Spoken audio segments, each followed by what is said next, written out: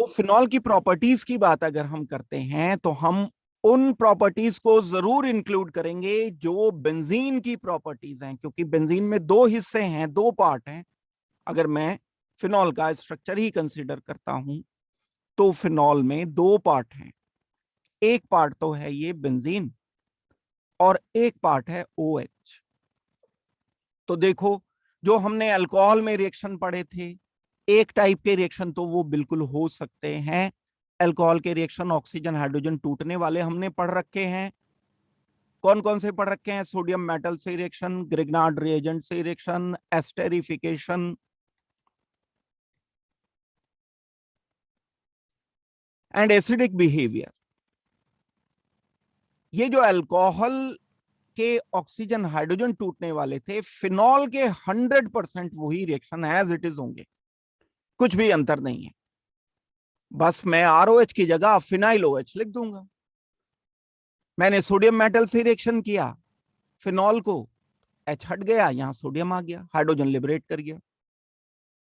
Grignard reagent से reaction किया, Grignard reagent alcohol का क्या करता था? इस हाइड्रोजन को हटा देता था। यहां पर भी ग्रिग्नार्ड रिएजेंट फिनॉल के हाइड्रोजन, एसिडिक हाइड्रोजन को हटा देगा। एस्टेरिफिकेशन करने पर यह अल्कोहल की तरह से बिहेव करेगा। लेकिन एक टाइप के रिएक्शन तो बिल्कुल अल्कोहल जैसे ही है, लेकिन जब मैं सेकेंड टाइप के रिएक्शन की बात करता हूं, R ऑक्सीजन एंड हाइड्रोजन में, मैंने दूसरे टाइप के रिएक्शन किए थे, सेकेंड टाइप, जिसमें कार्बन ऑक्सीजन बॉन्ड को मैं ब्रेक कर रहा होता था। फिनॉल का carbon oxygen bond strong bond है, ये वाला ब्रेक नहीं होता है। बस ये वाली बात अलग हो गई। यहां डिफरेंस है फिनॉल अल्कोहल में। क्या डिफरेंस है? जब मैं अल्कोहल अल्कोहल में HCl ऐड करता हूं, ZnCl2 की प्रेजेंस में, लुकस टेस्ट करते हैं तो RCl बन जाता है। यहां ये काम नहीं होगा। ये बॉन्ड तो बहुत स्ट्रॉन्ग बॉन्ड है। अगर ये स्ट्रॉन्ग बॉन्ड है तब आप इसमें HCl अगर ऐड कर दोगे तो प्रोडक्ट नहीं मिलेगा, ये OH Cl से रिप्लेस नहीं होना है। जितने भी रिएक्शन हमने पढ़े थे, डिहाइड्रेशन में भी कार्बन ऑक्सीजन तोड़ा था, PCl5 से भी कार्बन ऑक्सीजन तोड़ा था, PCl3 से भी, SOCl2 से भी, HCl ZnCl2 से भी। ये नॉर्मल कंडीशन में फिनॉल नहीं देता है रिएक्शन, क्योंकि फिनॉल का carbon oxygen bond strong bond है। ये बात याद रखनी है अच्छी तरह से, सोच करके, समझ करके। तो बच गया इन रिएक्शन से। तीसरी बात जो फिनॉल में एंड अल्कोहल में अलग है, ये तो सिमिलर बात हो गई, ये तो सिमिलैरिटी है। What is the similarity between alcohol and phenol? Oxygen hydrogen alcohol में भी टूटता है, ऑक्सीजन हाइड्रोजन फिनॉल में भी टूटता है। What is the difference between phenol and alcohol? Carbon oxygen alcohol में टूट जाएगा, कार्बन ऑक्सीजन फिनॉल में नहीं टूटेगा स्ट्रॉन्ग होने के कारण। एक और डिफरेंस है, वो है बेंजीन रिंग का। ROH में बेंजीन रिंग नहीं है, ये तो अल्काइल ग्रुप है। फिनॉल में बेंजीन रिंग है, और बेंजीन रिंग एक अपनी अलग पहचान रखता है, इसकी अपनी अलग आइडेंटिटी है कि ये इलेक्ट्रोफिलिक सब्स्टिट्यूशन रिएक्शन देना चाहता है। SE टाइप रिएक्शन ये देना चाहता है। SE टाइप रिएक्शन जैसे हमने क्लोरोबेंजीन में पढ़ा था, कोई इलेक्ट्रोफाइल बेंजीन में आया, H वहां से हट गया। तो फिनॉल के एक टाइप के रिएक्शन होंगे, इनफैक्ट वो फिनॉल में जो बेंजीन रिंग है उसके रिएक्शंस हैं। वो जो रिएक्शन है फिनॉल के इलेक्ट्रोफिलिक सब्स्टिट्यूशन रिएक्शन, वो बेंजीन रिंग के रिएक्शन है, जैसे नाइट्रेशन, जैसे सल्फोनेशन, जैसे हेलोजिनेशन, जैसे और कोई रिएक्शन इलेक्ट्रोफिलिक सब्स्टिट्यूशन। तो सबसे पहले जो मैं शुरू कर रहा हूं यही डिफरेंस के साथ कर रहा हूं। हम फिनॉल के वो रिएक्शन सबसे पहले कंसीडर करेंगे जो बेंजीन रिंग के कारण होते हैं, बेंजीन रिंग में इलेक्ट्रोफिलिक सब्स्टिट्यूशन रिएक्शन होने के कारण होते हैं। क्या होता है इलेक्ट्रोफिलिक सब्स्टिट्यूशन रिएक्शन? मैं सिंपल इलेक्ट्रोफिलिक सब्स्टिट्यूशन रिएक्शन बता रहा हूं आपको। बेंजीन रिंग ले रहा हूं, फिनॉल लेता ही नहीं मैं। बेंजीन रिंग की एक क्वालिटी होती है कि ये किसी इलेक्ट्रोफाइल को, इलेक्ट्रोफाइल मतलब जिसके पास वैकेंट ऑर्बिटल है और इलेक्ट्रॉन डेफिशिएंट है, जब ये किसी इलेक्ट्रोफाइल के साथ रिएक्शन करता है तब ये हर पोजीशन पर कार्बन पर हाइड्रोजन है, जिस कार्बन पर ये आता है उसी कार्बन से, ये तो स्टेप नंबर 1 होता है, पहले स्टेप में आता है इलेक्ट्रोफाइल, स्टेप नंबर 2 में H पॉजिटिव का रिमूवल होता है, ये होता है स्टेप नंबर 2। ओवरऑल रिएक्शन हो करके हमें प्रोडक्ट मिलता है सब्स्टिट्यूटेड। सब्स्टिट्यूटेड का मतलब E आ गया, H हट गया, सब्स्टिट्यूशन हुआ। किसने किया सब्स्टिट्यूशन? इलेक्ट्रोफाइल ने किया, इसका नाम है इलेक्ट्रोफाइल। तब हम इसको रिएक्शन को नाम देते हैं इलेक्ट्रोफिलिक सब्स्टिट्यूशन।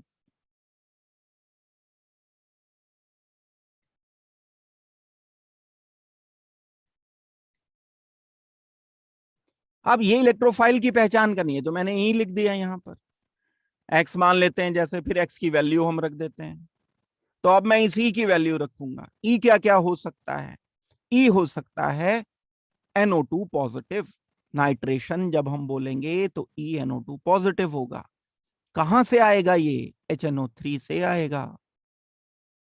ई क्या हो सकता है? SO3 या SO3H पॉजिटिव हो सकता है। कहां से मिलेगा हमें ये? सल्फ्यूरिक एसिड से मिलेगा। ई क्या हो सकता है? कार्बन डाइऑक्साइड हो सकता है। Carbon dioxide itself is electrophile. कहां से मिलेगा कार्बन डाइऑक्साइड? तो कार्बन डाइऑक्साइड से ही मिलेगा हमें। और क्या होना पॉसिबल है? Br पॉजिटिव हो सकता है, ई पॉजिटिव की जगह Br पॉजिटिव हम लिख सकते हैं। कहां से मिलेगा ये हमें? Br2 से मिलेगा, ब्रोमीन से मिलेगा। और भी रिएक्शन होने की पॉसिबिलिटी है। कार्बन मोनोऑक्साइड HCl का कॉम्बिनेशन CO पॉजिटिव प्रोड्यूस करता है। CO पॉजिटिव इलेक्ट्रोफाइल की तरह से यूज हो जाता है, या COH पॉजिटिव भी हम लिख देते हैं। ये कहां से मिलता है हमें? ये मिलता है CO carbon monoxide plus HCl के कॉम्बिनेशन से। एक नेम रिएक्शन ये भी आएगा। ओवरऑल सारे रिएक्शन लिख दिए मैंने, ये जितने भी फिनॉल के रिएक्शन है एक ही जगह पर।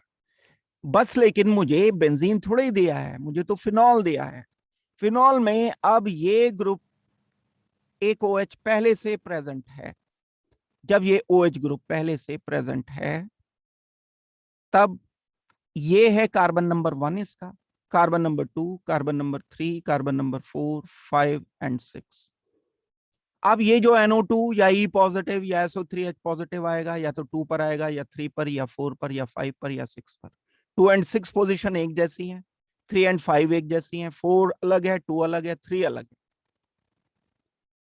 ऑक्सीजन के लोन पेयर को मैं डिलोकलाइज कराऊंगा, अगर रेजोनेंस कराऊंगा तो डिलोकलाइजेशन के बाद कार्बन नंबर 2 पर चार्ज आएगा नेगेटिव।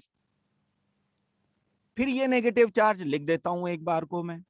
जब ये नेगेटिव चार्ज कार्बन नंबर 2 पर आ गया तब ये नेगेटिव चार्ज फिर दोबारा से डिलोकलाइज होने में कैपेबल है, दोबारा से डिलोकलाइज होगा। तो कार्बन नंबर 3 पर नहीं आया नेगेटिव, कार्बन नंबर 4 पर नेगेटिव आया।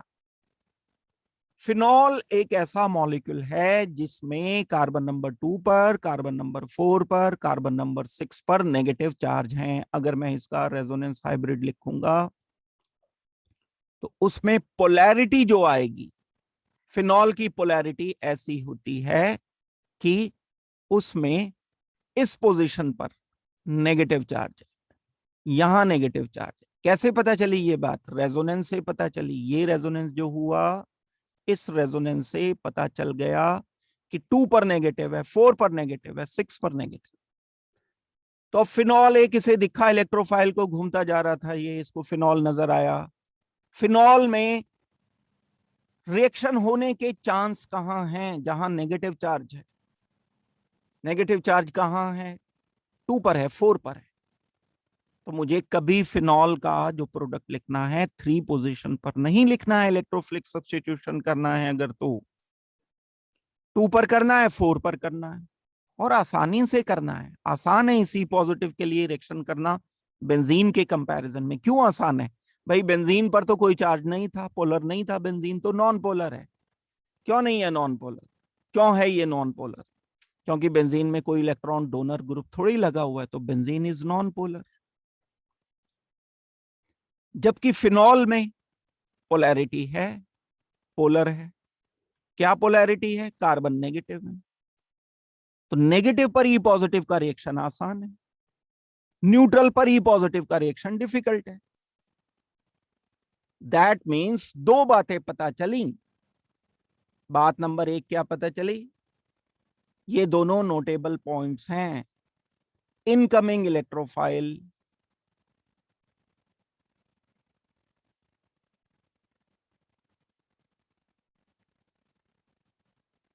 will react at ortho and para position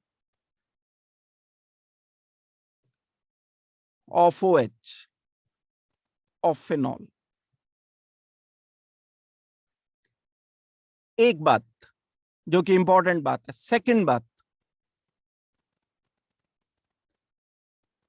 electrophilic substitution, SE मतलब इलेक्ट्रोफिलिक सब्स्टिट्यूशन, ब्रैकेट में पूरा लिखना है इसको, SE substitution by electrophile is easy in phenol in comparison of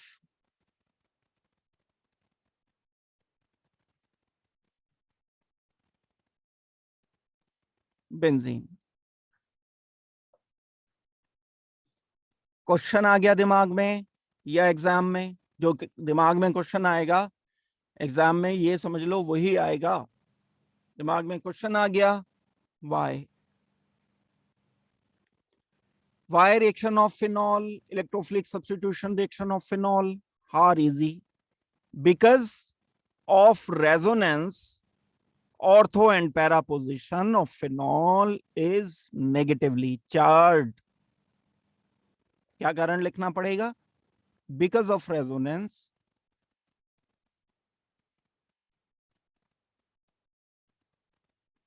of OH, ortho and para position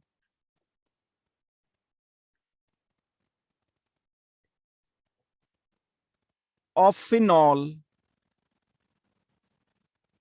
is negatively charged।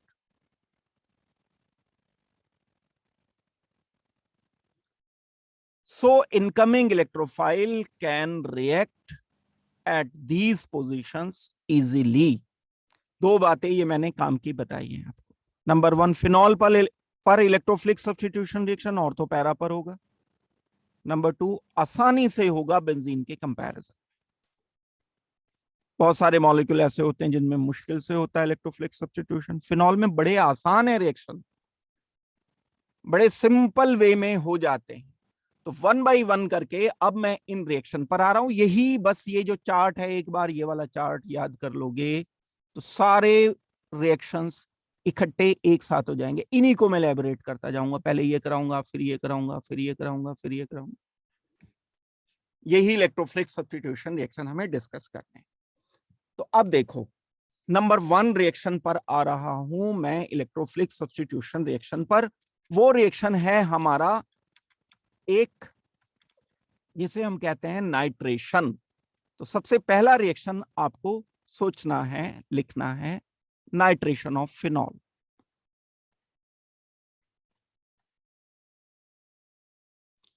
Nitration of phenol में हम NO2 group का introduce करते हैं। NO2 positive act as electrophile.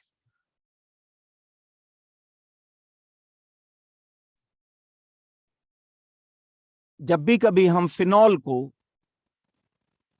देखो normal nitration जो होते हैं उसमें तो हम बहुत कॉन्सेंट्रेटेड नाइट्रिक एसिड इस्तेमाल करते हैं, लेकिन this benzene ring is highly reactive.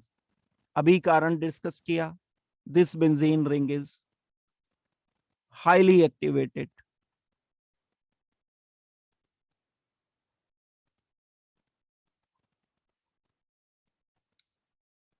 Reason दोबारा से बता रहा हूं, अभी लिखा भी दिया, रेजोनेंस के कारण। क्यों रेजोनेंस के कारण? क्योंकि नेगेटिव चार्ज आ गया। कहां आ गया? ऑर्थो पर एंड पैरा पर आ गया। तो आने वाला इलेक्ट्रोफाइल ऑर्थो पैरा पर बड़ी आसानी से आ सकता है। अब यहां डाइल्यूट नाइट्रिक एसिड काम कर जाता है। Dilute HNO3, normal nitration reaction में हम कॉन्सेंट्रेटेड HNO3 का इस्तेमाल हाई टेम्परेचर पर करते हैं, जबकि ये नॉर्मल टेम्परेचर पर, लो टेम्परेचर पर 298 केल्विन लो टेम्परेचर ही है, 298 केल्विन लो टेम्परेचर पर। जबकि अगर आपको बोला जाए कि बेंजीन का नाइट्रेशन करो, तो आपको कॉन्सेंट्रेटेड नाइट्रिक एसिड ऐड करके उसके साथ हीट करना पड़ेगा इसको काफी देर तक, तब जा करके नाइट्रेशन होगा। यहां डाइल्यूट नाइट्रिक एसिड, तो क्यों ऐसा हो क्यों रहा है? ऐसा इसलिए हो रहा है क्योंकि ये बेंजीन रिंग फिनॉल का एक्टिवेटेड है। इसके रेजोनेंस के कारण इस पर नेगेटिव चार्ज आ जा रहा है। यहां से जो NO2 पॉजिटिव बनेगा, इस नेगेटिव पर पॉजिटिव नेगेटिव का रिएक्शन फास्ट हो जाएगा। प्रोडक्ट क्या बनेगा? प्रोडक्ट हमें जो मिलेगा वो मिलेगा ऑर्थो नाइट्रोफिनॉल, क्योंकि ऑर्थो एंड पैरा पर नेगेटिव चार्ज है। Ortho nitrophenol and para nitrophenol. नाम सबके लिखने भी हैं, याद भी करने हैं।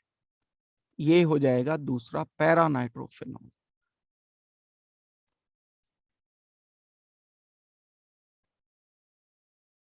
ये ऑर्थो नाइट्रोफिनॉल।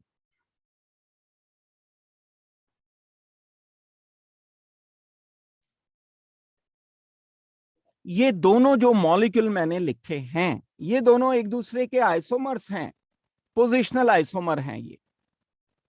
अब पोजीशन अलग अलग है, क्योंकि एक में पोजीशन आ रही है ऑर्थो, यानी 2 पोजीशन है, एक में पोजीशन इसकी आ रही है para position, ortho para position, यानी ये पोजीशनल आइसोमर्स हैं एक दूसरे के।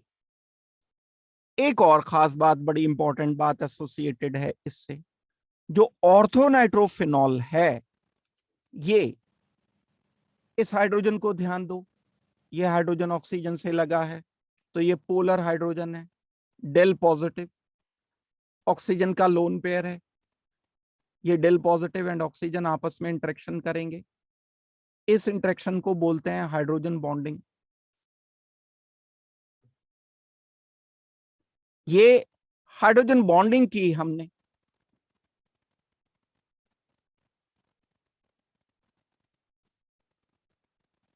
Hydrogen bonding oxygen and hydrogen के बीच में विद इन द मॉलिक्यूल है, तब मैं इसको नाम दूंगा, ध्यान देना इस बात पर, intramolecular, within the molecule hydrogen bond. जबकि para nitrophenol within the molecule नहीं बना सकता है, OH तो बहुत दूर है इससे, NO2 से, तो ये बनाएगा दूसरे वाले पैरा नाइट्रोफिनॉल के साथ। जो पैरा नाइट्रोफिनॉल है, that can show intermolecular hydrogen bond.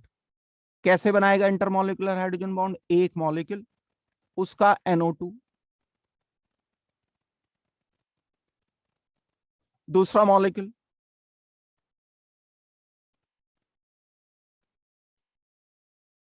Oxygen hydrogen, इन दोनों के बीच में हाइड्रोजन बॉन्ड बने, ये NO2। दो डिफरेंट मॉलिक्यूल के बीच में हाइड्रोजन बॉन्ड बनना बोला जाता है कि ये इंटरमोलिकुलर हाइड्रोजन बॉन्डिंग। जो इंटरमोलिकुलर हाइड्रोजन बॉन्डिंग होती है, अब दो डिफरेंट मॉलिक्यूल के बीच में हाइड्रोजन बॉन्ड बन गए, तो इसको जब हम हीट करेंगे तो सेपरेट करने के लिए ज्यादा एनर्जी रिक्वायर्ड होगी। इसके बॉइलिंग पॉइंट पैरा आइसोमर के ज्यादा होंगे, जबकि बॉइलिंग पॉइंट ऑर्थो आइसोमर के, अब ये तो आपस में ही हाइड्रोजन बॉन्ड बन गया।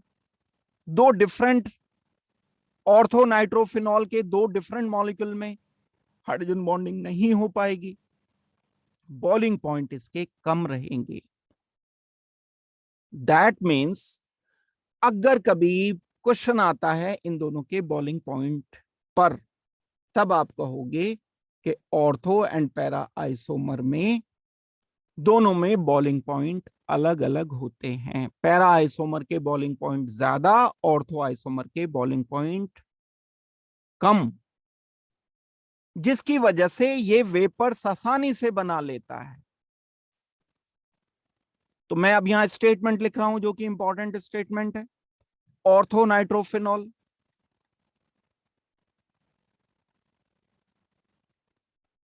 Is volatile. ये शब्द याद रखना, वोलेटाइल मतलब जो एकदम से इवेपोरेट हो जाता है, जिसके बॉइलिंग पॉइंट कम है। Volatile means having less boiling points. कारण भी लिख रहा हूं मैं, इंट्रामोलिकुलर, ये ए मत भूल जाना लिखना, इंट्रा मॉलिक्यूलर हाइड्रोजन बॉन्ड के कारण ऐसा है। Ortho nitrophenol is volatile and para nitrophenol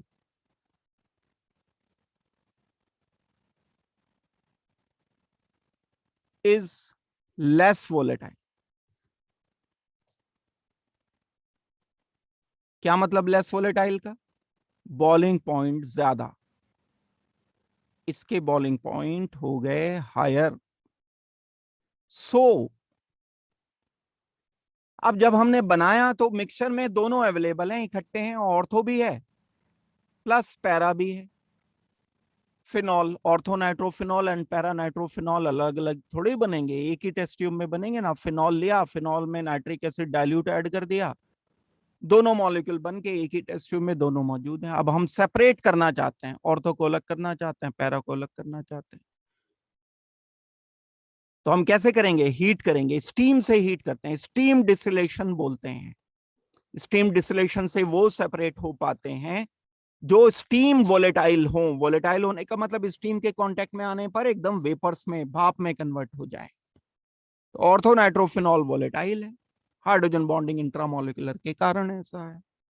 तो यहां पर एक क्वेश्चन बहुत फ्रिक्वेंटली आता है, why ortho nitrophenol is steam volatile, या ऑर्थो नाइट्रोफिनॉल को पैरा नाइट्रोफिनॉल से हम सेपरेट कैसे करते हैं।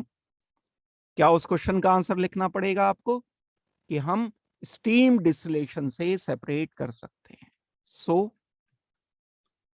Ortho and para nitrophenol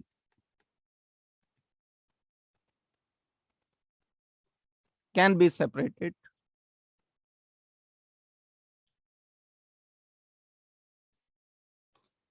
by steam distillation.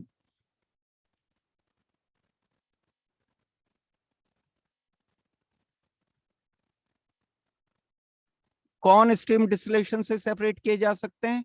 जो वोलेटाइल हों, जिनके बॉइलिंग पॉइंट में अंतर काफी हो। ये बात, ये क्वेश्चन बहुत फ्रिक्वेंट पहले भी आता था, अब भी आएगा। ये कंसेप्ट अपने आप में बड़ा इंपॉर्टेंट कंसेप्ट है। एक बात मैंने आपको बता दी और उससे रिलेटेड आसपास की चीजें भी डिस्कस कर दी। क्या बात बताई मैंने आपको? नाइट्रेशन ऑफ फिनॉल, ब्रीफ कर रहा हूं इसको। Nitration of phenol dilute nitric acid से इसलिए हो जाता है क्योंकि फिनॉल का बेंजीन रिंग एक्टिवेटेड है। इसमें दो प्रोडक्ट मिलते हैं, एक ऑर्थो मिलता है, एक पैरा मिलता है। ऑर्थो में इंट्रामोलिकुलर हाइड्रोजन बॉन्डिंग होने के कारण वो वोलेटाइल है। ऑर्थो एंड पैरा के मिक्सचर को हम स्टीम डिस्टिलेशन से सेपरेट कर लेते हैं क्योंकि उन दोनों के बॉइलिंग पॉइंट में डिफरेंस काफी है।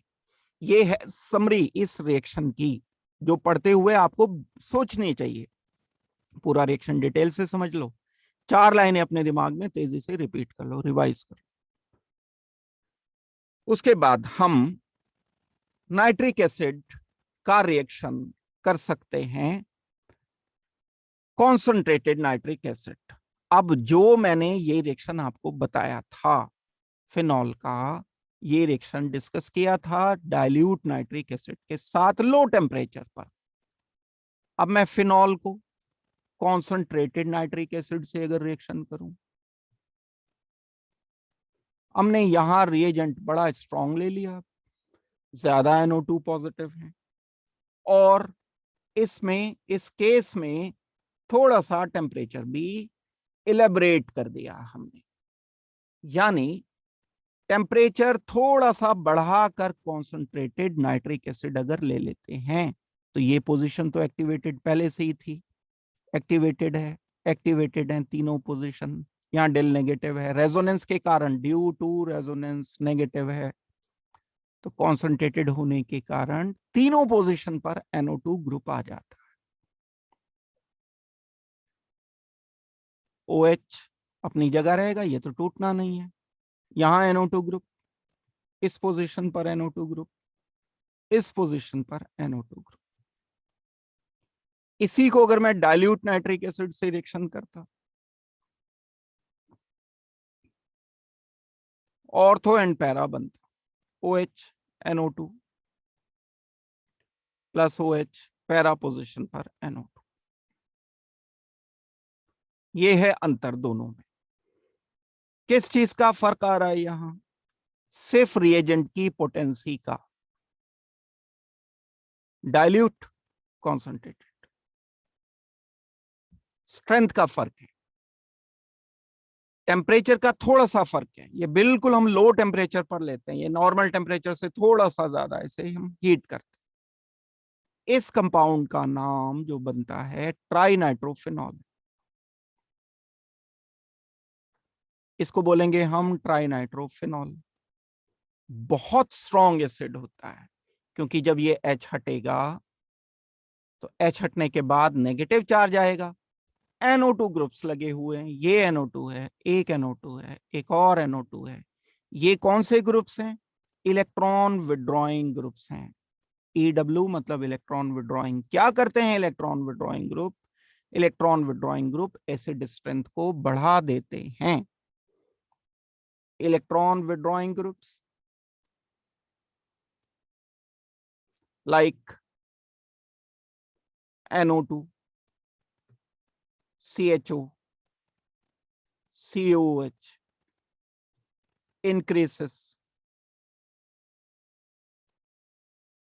Acid strength.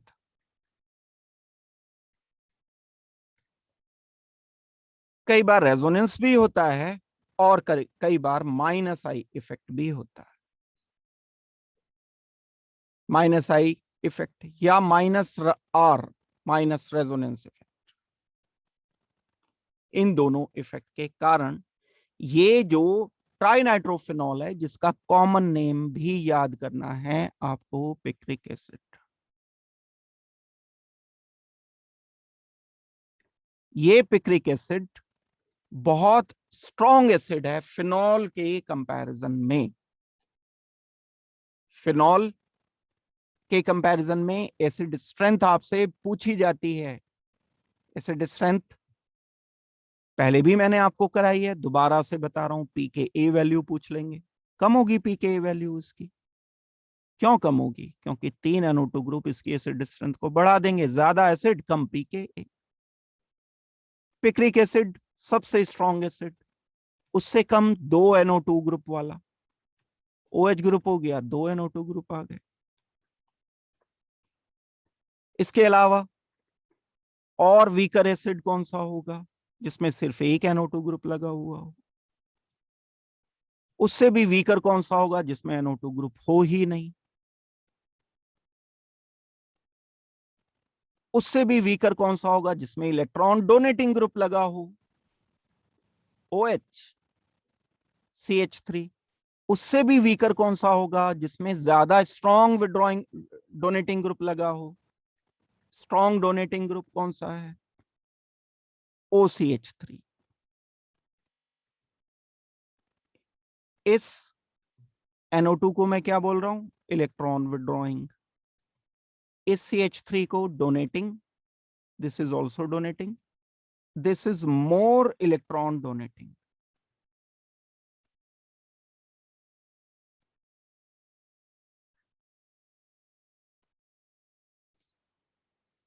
क्या करते हैं इलेक्ट्रॉन डोनेटिंग? एसिड स्ट्रेंथ को कम कर देते हैं। This is less electron donating.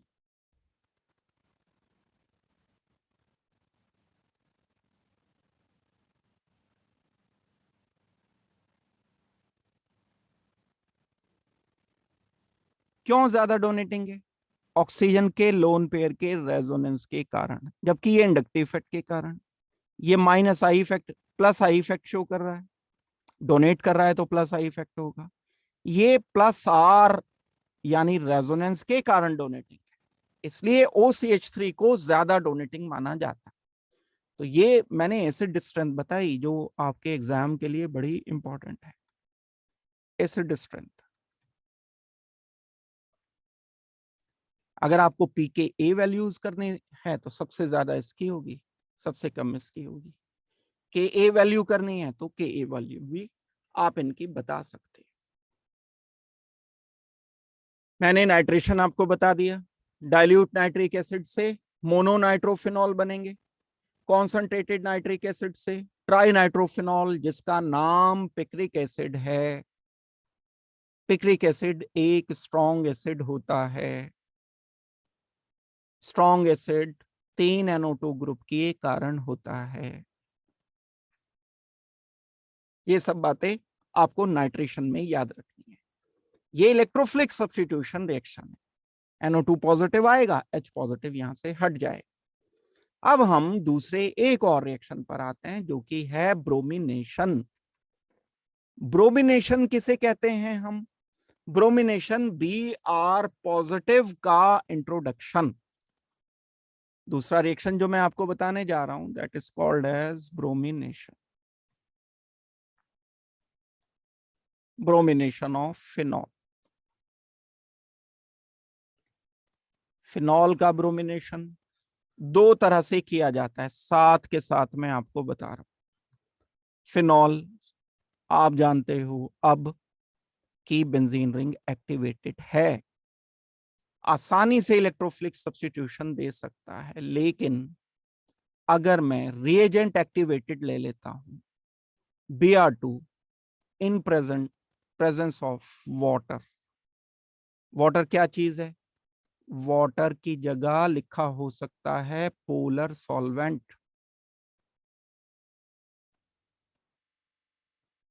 किस चीज के बनने को प्रमोट करता है? ये Br पॉजिटिव के बनने को आसान बना देता है, पहले से ही पोलर है ये। तो Br2 जब वाटर में डिसॉल्व करते हो आप तो Br पॉजिटिव आसानी से बन जाता है।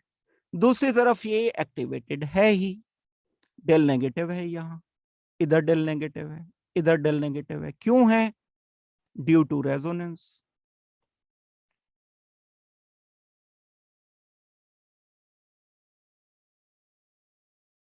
रेजोनेंस के कारण ऑक्सीजन का लोन पेयर जब ये डिलोकलाइज होगा यहां पर चाह जाएगा नेगेटिव, इधर नेगेटिव, इधर नेगेटिव। दूसरी तरफ रिएजेंट बहुत एक्टिवेटेड हो गया। पोलर सॉल्वेंट अगर आपको गिवन है कोई भी तो दोनों एक्टिवेटेड हैं, सॉल्वेंट भी एंड बेंजीन रिंग भी, तब आपको आंसर रिपोर्ट करना होता है ट्राइब्रोमोफिनॉल। तीनों पोजीशन पर ये आ जाएगा Br। ट्राइब्रोमोफिनॉल हमें आंसर लिखना होगा। क्या नाम होना चाहिए इसका? IUPAC नेम अगर आपको इसका लिखना है तो IUPAC नेम इसका होगा ट्राइब्रोमोफिनॉल। और डिटेल से अगर लिखना है तो पूरा 2,4,6 ट्राई ब्रोमो फिनॉल, ये लिख सकते हो। कितने Br2 यूज होंगे? 3। बनेगा क्या? यहां से H हटा, Br बच गया, 3HBr बाय प्रोडक्ट होगा।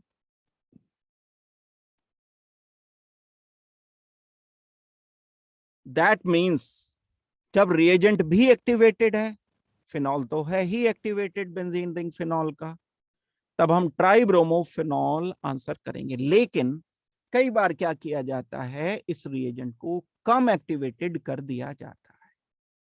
कम एक्टिवेटेड का मतलब Br2 के लिए हम पॉजिटिव बनने का चांस कम कर देते हैं। पोलर सॉल्वेंट की जगह देखो, एक सिंपल सा रूल होता है, like dissolves like. Electrophile Br positive बना तो उसको एनवायरमेंट चाहिए बनने के लिए, एनवायरमेंट Br पॉजिटिव का है पोलर सॉल्वेंट, क्योंकि Br पॉजिटिव खुद पोलर है। लेकिन अगर मैं Br2 को एक नॉन पोलर सॉल्वेंट दे देता हूं,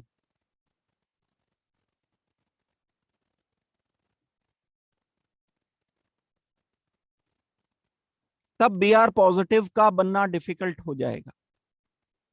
लेकिन बेंजीन तो अभी भी एक्टिवेटेड है, तो रिएक्शन तो अभी भी होगा, लेकिन उतना नहीं होगा जितना पहले हो रहा था। ऐसे केस में हमें मोनोब्रोमो प्रोडक्ट लिखना होगा। दैट मीन्स जब नॉन पोलर सॉल्वेंट हम यूज करते हैं, तब Br2 का Br पॉजिटिव लेस एक्टिवेटेड होता है।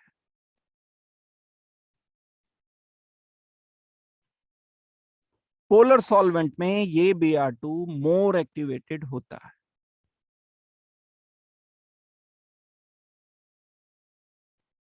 Br पॉजिटिव बनाना इसके लिए आसान होता है। तो यहां पर फिनॉल होगा, एक Br ऑर्थो पोजीशन पर आ सकता है, प्लस एडिशनल Br आ सकता है पैरा पोजीशन पर। जब ये आकर के रिएक्शन करेगा, ऑर्थो पोजीशन पर बल्कि ग्रुप है, ये एक दूसरे को रिपेल करेंगे, तो ये बनेगा minor 2 bromo, phenol will be minor.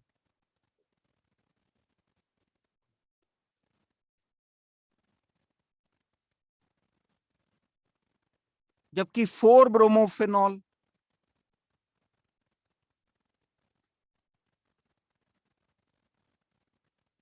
ये मेजर होगा।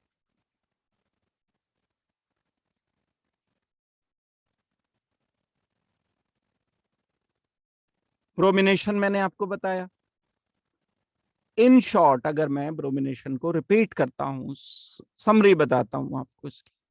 फिनॉल में बेंजीन रिंग एक्टिवेटेड है, ब्रोमीन को वाटर या किसी और पोलर सॉल्वेंट में ऐड करके हम एक्टिवेटेड कर देते हैं। दोनों एक्टिवेटेड हैं तो ट्राइब्रोमोफिनॉल बन जाएगा। जब हम फिनॉल को, जो कि एक्टिवेटेड रिंग है जिसमें लेस एक्टिवेटेड ब्रोमीन यानी नॉन पोलर सॉल्वेंट में डिसॉल्व करके बनाते हैं, तो मोनोब्रोमोफिनॉल बनता है। इसमें पैराब्रोमो मेजर बनता है क्योंकि ऑर्थोब्रोमो में स्टेरिक हिंड्रेंस होती है, ये दोनों बड़े ग्रुप एक दूसरे को रिपेल करते हैं। नॉन पोलर सॉल्वेंट क्या होता है, कौन सा होता है, कार्बन डाइसल्फाइड CS2। ये याद, जैसे यहां हम वाटर लिया पोलर सॉल्वेंट, ऐसे यहां कार्बन डाइसल्फाइड यूज किया जाता है। Br2CS2 दे दिया सपोज करते हैं, तब आपको क्या प्रोडक्ट लिखना पड़ेगा, मोनोब्रोमोफिनॉल, तब आंसर लिखना पड़ेगा। ये हमने एक रिएक्शन किया। अब इसमें क्या रिएक्शन हुआ होगा, व्हाट इज अटैकिंग इलेक्ट्रोफाइल, क्या होगा यहां, अटैकिंग इलेक्ट्रोफाइल होगा Br पॉजिटिव। वाटर से इसने कॉम्बिनेशन करके Br पॉजिटिव बनाया, इलेक्ट्रोफाइल Br पॉजिटिव यहां आया फिनॉल के इस पोजीशन पर, यहां से H पॉजिटिव हट गया, Br2 को तोड़ा Br पॉजिटिव Br नेगेटिव में, यहां से जो H पॉजिटिव हटा Br नेगेटिव के साथ जुड़कर HBr उसने अलग कर दिया, Br पॉजिटिव कनेक्टेड रहेगा। तो SE रिएक्शन है, इलेक्ट्रोफिलिक सब्स्टिट्यूशन रिएक्शन। क्या पहला रिएक्शन हमने किया था, बेंजीन पर E पॉजिटिव आया, अब भी यहां पर E पॉजिटिव क्या है, यहां पर E पॉजिटिव Br पॉजिटिव है, E पॉजिटिव आया Br पॉजिटिव यहां से माइनस हो गया। ये ओवरऑल रिएक्शन हमने किया। दो रिएक्शन हो गए जो कि ये इलेक्ट्रोफिलिक सब्स्टिट्यूशन रिएक्शन है। तीसरा इलेक्ट्रोफिलिक सब्स्टिट्यूशन रिएक्शन मैं बता रहा हूं। दो रिएक्शन कौन कौन से हुए भाई, पहला रिएक्शन हमने इलेक्ट्रोफिलिक सब्स्टिट्यूशन रिएक्शन कौन सा किया, एक और फिनॉल का तीसरा इलेक्ट्रोफिलिक सब्स्टिट्यूशन रिएक्शन है, जो कि एक नेम रिएक्शन है। इसमें इलेक्ट्रोफाइल हम कार्बन डाइऑक्साइड इस्तेमाल करते हैं और हम इसे कॉर्ब्स रिएक्शन बोल रहे होते हैं।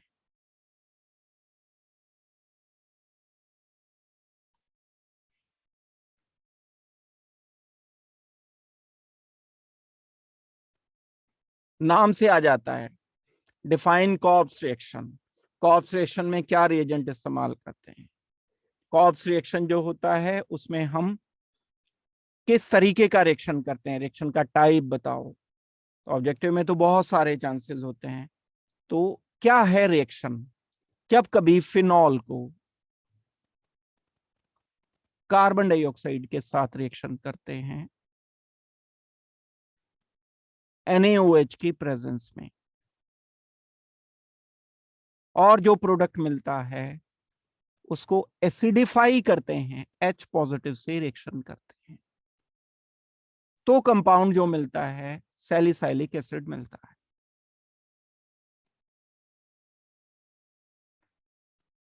ये सैलिसिलिक एसिड जो मिला है, ये कॉर्ब्स रिएक्शन का प्रोडक्ट है। क्या है salicylic acid? 2 hydroxy benzoic acid.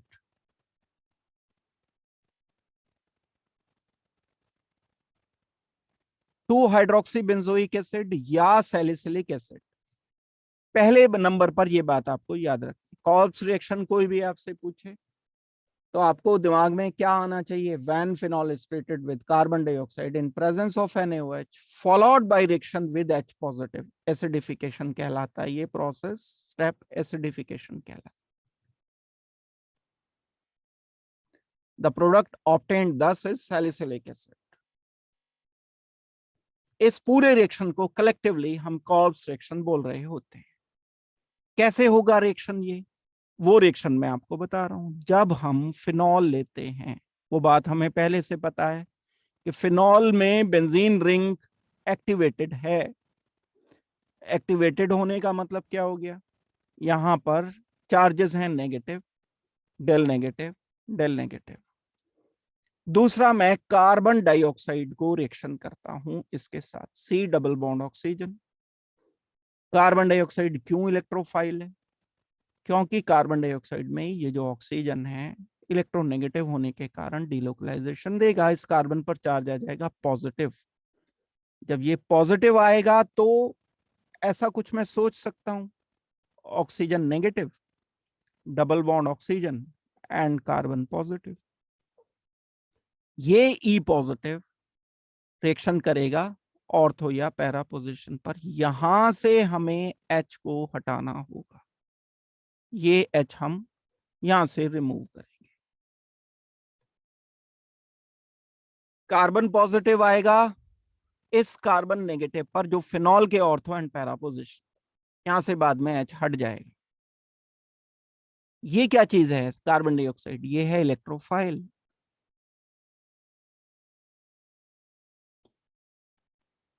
Electrophile किसे कहते हैं? जो इलेक्ट्रॉन डेफिशिएंट होता है। इसमें था नहीं, लेकिन डिलोकलाइजेशन के बाद डेफिशिएंट बन गया, नेगेटिव पॉजिटिव आ गए थे। तो फाइनली मुझे क्या लिख देना चाहिए? आंसर मुझे लिख देना चाहिए एक इस तरीके का, जिसमें फिनॉल है, OH तो ये है ही, इस पोजीशन से H हटा और यहां कार्बन डाइऑक्साइड आकर के कनेक्ट हो गया। कार्बन, ऑक्सीजन नेगेटिव, यहां पॉजिटिव था, पॉजिटिव नेगेटिव एक दूसरे से कनेक्ट हो गए एंड यहां से H पॉजिटिव हटा था, ये वाला H हट गया था, पॉजिटिव की फॉर्म में हटा, तो यहां नेगेटिव चार्ज हुआ। ये नेगेटिव कार्बन पॉजिटिव से जुड़ के न्यूट्रल हो गया, डबल बॉन्ड ये जू का तू रहा, बेंजीन CO नेगेटिव। अब ये रिएक्शन कर रखा है मैंने NaOH की प्रेजेंस में। NaOH क्या करता है? ये NaOH तो बेस है, ये बेस फिनॉल के इस H को हटा देगा। फिनॉल के अगर इस H को हटाएगा तो क्या होना चाहिए, जैसे ही यहां से ये H हटा, मींस मुझे NaOH की प्रेजेंस में आंसर ऑक्सीजन H की जगह ऑक्सीजन नेगेटिव लिखना चाहिए। ये लिखूंगा मैं आंसर।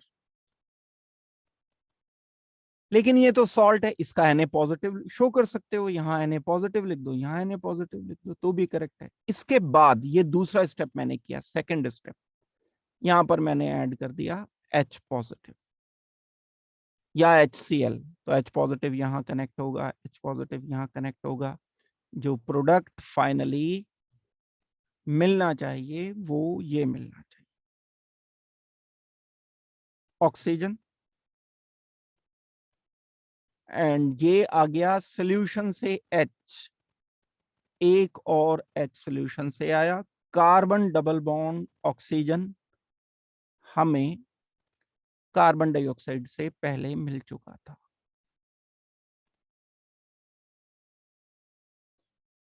ध्यान देने की बात है, ये वाले दो हाइड्रोजन कहां से आए, इस एसिड से आए, एसिडिफिकेशन स्टेप से आए ये वाले दो H। कार्बन डाइऑक्साइड कहां से आया है, ये पहले स्टेप में जो हमने CO2 ऐड किया। फिनॉल का ये पार्ट है ही। ये जो मॉलिक्यूल बनाया मैंने, लिखा मॉलिक्यूल, ये जैसे ऑर्थो पे बना ऐसे पैरा पर भी बनेगा। इसका नाम है ortho hydroxy benzoic acid. Ortho hydroxy benzoic acid, या क्या नाम है इसका, 2 हाइड्रोक्सी बेंजोइक एसिड। दूसरा नाम हम इसका क्या लेते हैं, सैलिसिलिक एसिड। कॉल्स रिएक्शन बड़े इंपॉर्टेंट रिएक्शन में से एक रिएक्शन है। ठीक हो गई बात, समझ आ गई है।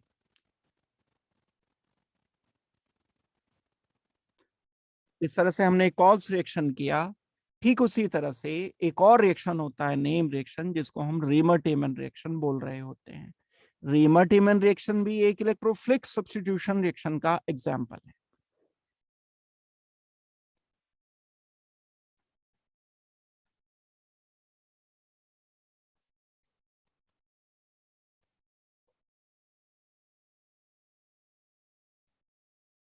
रीमर-टेमन रिएक्शन क्या है, पहले तो मैं ये बता रहा हूं।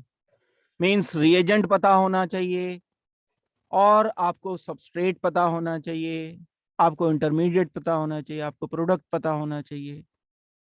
फिर फॉर्मूले दूसरे नंबर पर, जब फिनॉल रिएक्शन करता है किससे, इस बार क्लोरोफॉर्म से, CHCl3 से, किसकी प्रेजेंस में, NaOH की प्रेजेंस में। जब फिनॉल क्लोरोफॉर्म से रिएक्शन करता है किसकी प्रेजेंस में, NaOH की प्रेजेंस में, तो कोई एक इंटरमीडिएट बन जाता है। ये इंटरमीडिएट एनसीईआरटी में गिवन है, इसका नाम याद रखना पड़ेगा, स्ट्रक्चर याद रखना पड़ेगा, इस पर बेस्ड मिलते हैं क्वेश्चंस।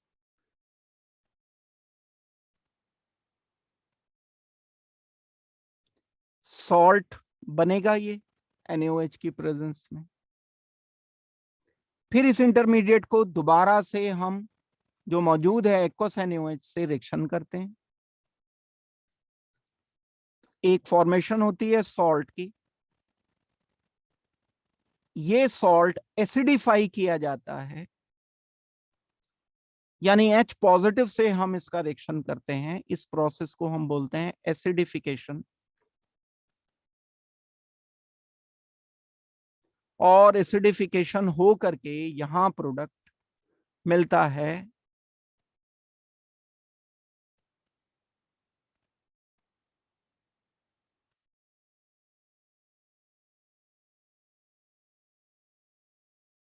सैलिसिल्डिहाइड। अभी हमने कॉल्स रिएक्शन में सैलिसिलिक एसिड बनाया था, यहां जो प्रोडक्ट मिलता है हमें सैलिसल्डिहाइड मिलता है। क्या है सैलिसल्डिहाइड? OH, C double bond oxygen, OH की जगह बस एल्डिहाइड लिखते हैं।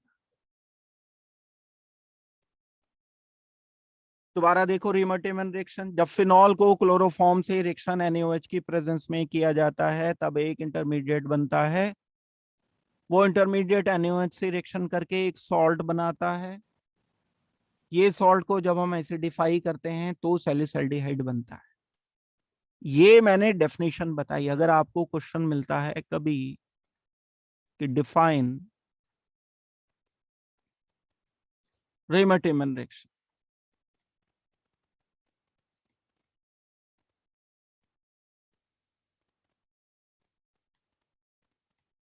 तब आपको ये सारी बात लिखनी है। इसके बाद अब मैं आ रहा हूं इसके केमिकल रिएक्शन पर। फिनॉल, जानते हो आप, फिनॉल तो फिनॉल ही होता है। फिनॉल तो है फिनॉल, मतलब बेंजीन OH।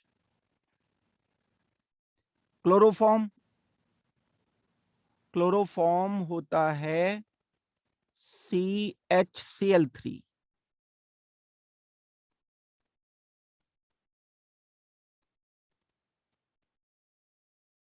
ये क्लोरोफॉर्म CHCl3 मैंने लिख दिया यहां।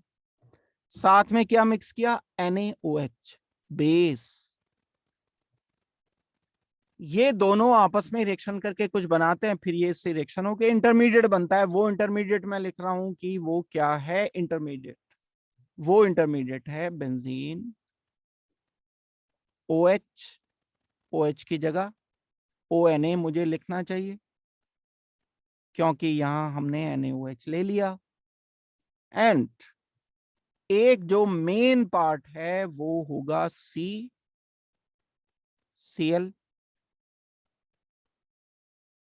Cl and H, CHCl2।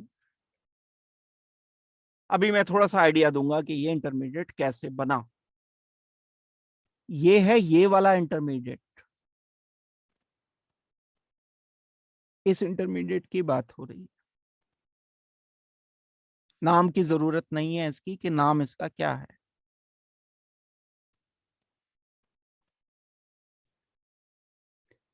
इस इंटरमीडिएट को जब हम रिएक्शन करते हैं NaOH के साथ तो Cl हट करके OH आएगा, Cl हट के OH आएगा, दो OH आ जाते हैं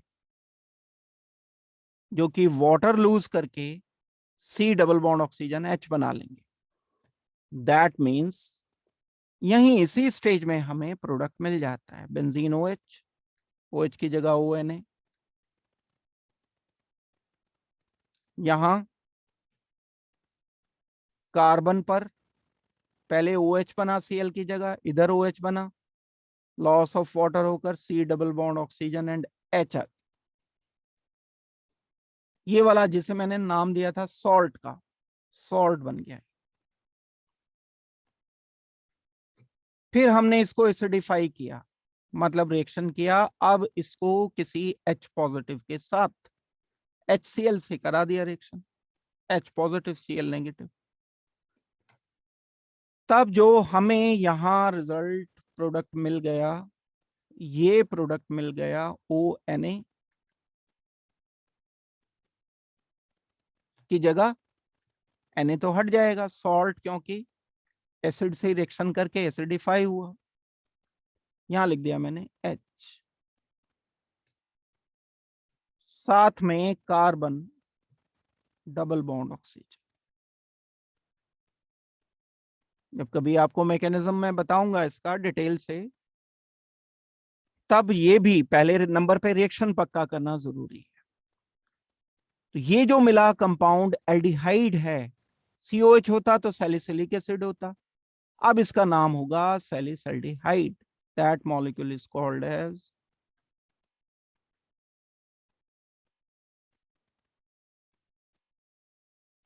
सैलिसल्डिहाइड।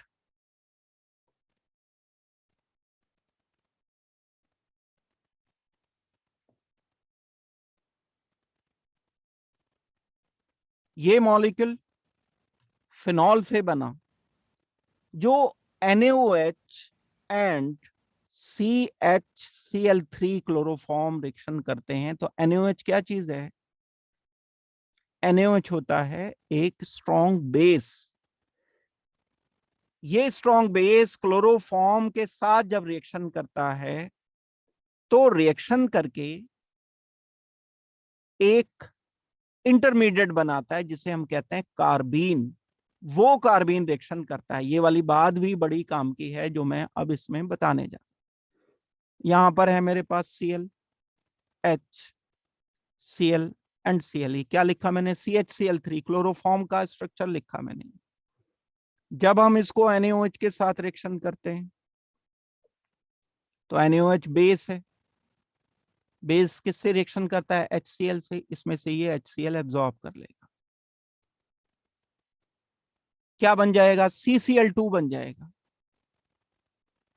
CCl2 के पास एक वैकेंट ऑर्बिटल होता है, ये कहलाता है इलेक्ट्रोफाइल। ये CCl2 work as electrophile. Outer shell में 6 इलेक्ट्रॉन होने के कारण ये है इलेक्ट्रोफाइल। ये इलेक्ट्रोफाइल आता है बेंजीन पर। यहां से H हटकर सब्स्टिट्यूट होता है, तब ये हमें CCl2 मिलता है। ये इंटरमीडिएट बनना ही इलेक्ट्रोफिलिक सब्स्टिट्यूशन रिएक्शन है। SE रिएक्शन यहीं पर पूरा हो जाता है ये। तो रेमर-टेमन रिएक्शन आज की डेट में जितने रिएक्शन पढ़ाए उसमें सबसे इंपॉर्टेंट है ये। फिनॉल के सारे प्रॉपर्टीज इंपॉर्टेंट हैं, लेकिन उनमें भी सबसे ज्यादा इंपॉर्टेंट है रेमर-टेमन रिएक्शन। दोबारा से बता रहा हूं, जब फिनॉल रिएक्शन करता है क्लोरोफॉर्म NaOH तो एक इंटरमीडिएट बनता है। उस इंटरमीडिएट को हम NaOH के साथ दोबारा से रिएक्ट करते हैं, एक सॉल्ट बन जाता है। उस सॉल्ट को जब हम HCl के साथ रिएक्शन करते हैं तो सैलिसल्डिहाइड बनता है। सैलिसल्डिहाइड हो, सैलिसिलिक एसिड हो, इनका इस्तेमाल हम बहुत सारी इंपॉर्टेंट कंपाउंड जैसे एस्पिरिन वगैरह बनाने में इस्तेमाल कर रहे होते हैं। एस्पिरिन आया था एक पिछले क्लास में, लास्ट क्लास में, उसमें हमने सैलिसिलिक एसिड का एस्टेरिफिकेशन करके एस्पिरिन बनाया था। OH ग्रुप का एस्टेरिफिकेशन कर दिया था। ऑर्थो एसिटाइल बेंजोइक एसिड नाम दिया था उसको। इसलिए ये कंपाउंड इंपॉर्टेंट होते हैं, क्योंकि इनकी इंपॉर्टेंस है फार्माकोलॉजिकली, यानी मेडिसिन बहुत सारी दवाएं बनाने में ये काम आ रहे होते हैं। फिनॉल से डिराइव्ड हैं, इसलिए हम इनको यूज करते हैं। तो आई होप कि ये आपको समझ लग गया होगा, अच्छी तरह से बात क्लियर हो गई होगी, समझ आ गई होगी।